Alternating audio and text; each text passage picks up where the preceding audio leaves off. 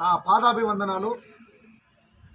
ఈరోజు ప్రెస్ ఏమనగా 24వ తారీఖు బుధవారము 8:30కి గుండుబాయి దగ్గర నుండి రంగమహల్ వీధిలో జిలానీ సర్కిల్ దగ్గర, అక్కడ నుండి పెట్రోల్ బంకు టమాటా మార్కెట్ నుండి మన సరస్వతి కేఫ్ అట్లే పద్మశ్రీ దగ్గర వరకు వచ్చి అట్లే ఆర్డీఓ ఆఫీస్కి నామినేషన్ కార్యక్రమం ముగించాలని చెప్పని ఈరోజు ప్రెస్ మీట్ పెట్టి తెలిసినాం.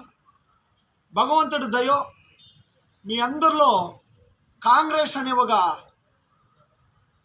ఒక ప్రాణంతో బతుకునింది.